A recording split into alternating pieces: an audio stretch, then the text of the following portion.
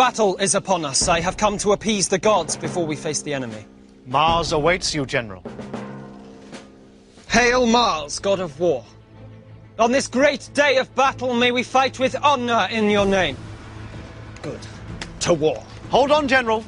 You must also pay homage to Mithras, god and patron of soldiers. Of course, my mistake. Hail Mithras. On this great day of battle, may we fight with honor in your name. Great, thank you. And Hippona, goddess and protector of horses. Horses? Got a cavalry, haven't you? Hail Hippona. On this great day of battle, please look after the horses. Good, thank you. And Cloacina, goddess of the sewers. Why would I pray to the goddess of the sewers? Soldiers get very nervous before a battle, General. If 15,000 men decide to go to the toilet at the same time, I'm not clearing it up. Hail Cloacina.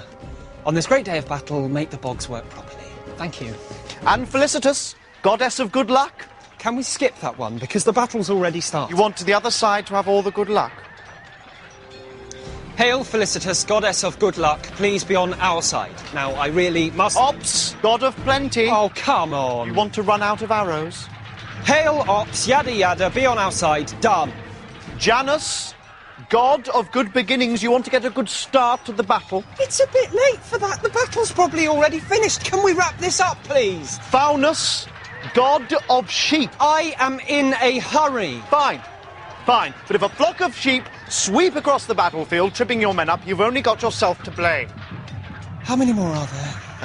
Well, there's Diana, goddess of the hunt, Strenua, god of endurance, and Fides, god of loyalty.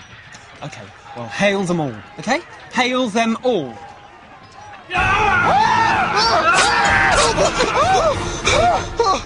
don't... What was that? Understand. Where did I go wrong? Oh! Blast! I forgot the god of victory! That was a bit stupid. Hey! All you helots!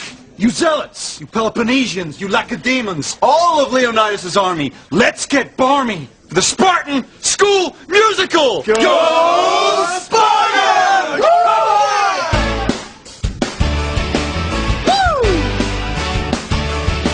Come on!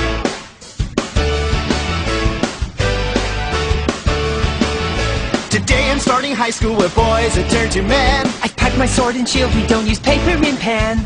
Everyone's a jock here. We don't have Spartan nerds. The weedy kids were left to die as breakfast for the birds. We're taught to love a fight, we're taught not to be meek. And if we're good, they feed us 3 square meals every week. Let's go fighting now, fight. Music's exciting now, rocking up the Spartan School. Come on! Woo! At Spartan kindergarten, I'm the boss that's understood. I smack 'em if they're naughty and I thwack 'em if they're good. I'm feeling rather peckish, I'm gonna steal some food. Caught, I'll have to punish you, ungrateful Spartan brood. We promise not to steal, we're not the thieving sort. Stealing is considered good, what's wrong is getting caught. Let's get beaten now, learn lies and cheating now, rolling up the Spartan School. We have a bunch of contests to see who is the best. The meanest, leanest, toughest, roughest Spartan contest. This one is my favorite game, lessons of good fun. Didn't feel a thing! I want my mom. We pass our last exam and it's Spartan graduation. Straight away we go to work, no time for celebration. 10 years active service in the army, no diversion. There's only one job for a Spartan, killing loads of Persians. Wondering about love, it's bound until you're 30. High school doesn't teach romance, it teaches fighting dirty. Let's go fighting now, fight. Music's exciting now, rocking up the Spartan School. Get beaten now, learn lies and cheating now, rolling up the Spartan School. Well, there it is, the world. And right there, in the middle of it, is England. Tiny little country with a big idea to take over everywhere else and become really, really powerful. So, in 1583, a Tudor chap called Humphrey Gilbert lands over here in a newfound land called Newfoundland. He claims it for England, and so the empire begins. Ta-da! Sadly, he doesn't leave anyone there to look after it, and then he dies on the way home. So all in all, it's not a brilliant trip. But England tries again. In Stuart times, back across the Atlantic they go, and this time they claim Canada and the Caribbean, and most importantly, the east coast of America, which means we finally have a British Empire, and everything's going awfully, awfully well. But not for long. The American states declare independence. Not only do they declare it, they fight for it, and they win! Oh, it's a disaster! So, Britain has to go and try its luck somewhere else. Fortunately, Captain Cook discovers Australia. So Britain says, we'll have that, and also decides they would also like a bit of Asia over here. Yes, you see, there's a British business in Asia called the East India Company, which trades in things like tea and biscuits. Yummy, because everyone loves teas and biscuits, right? In fact, everyone loves it so much the company becomes big and powerful, it starts to take over entire countries. Plus, Britain wins the Napoleonic Wars against the French Empire, and they nab more countries off of them. But wait a minute, it seems the Indian people don't like being ruled by a tea company, and who can blame them? They decide to rebel. The British Army, however, crushes the rebellion, and Queen Victoria takes over the country as Indian Empress, which don't impress the Indians. Ha-ha! Meanwhile, over here, it seems that the Dutch won't share South Africa. Naughty, naughty. So Britain has a couple of wars down there, the Boer Wars, and gobbles up a few more countries along the way. In fact, by the time World War I breaks out, a third of all Africans are ruled by the British. And what's Britain's prize for winning the war? A load more countries, of course. I mean, just look at it all. A third of the planet run by one tiny island.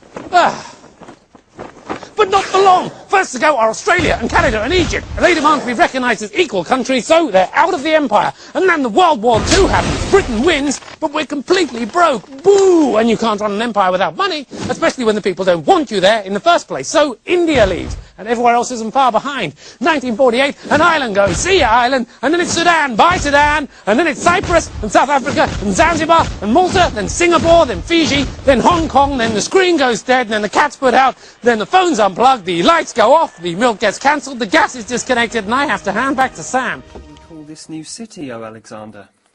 Oh, sorry. Oh, Alexander the Great. Yeah. I think we should call it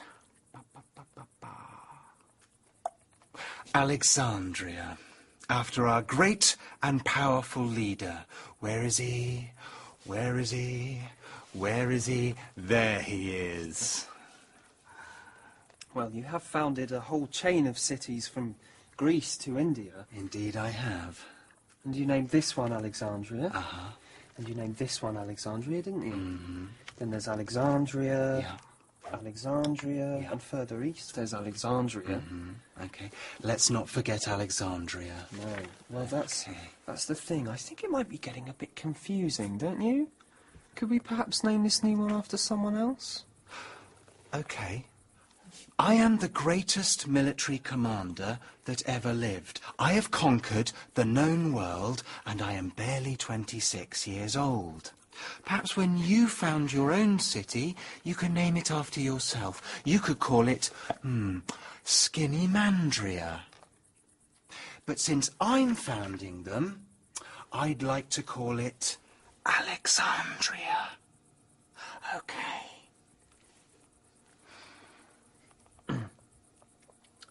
Yes, sir.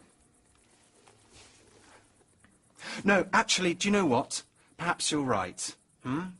A great military ruler also listens to his advisors. It is getting a bit confusing. I think we should call it Iskandaran. Iskandaran, great. Why Iskandaran? It's Turkish. Is it Turkish for Alexandria? Yes. Thought so. Okay. Horrible history.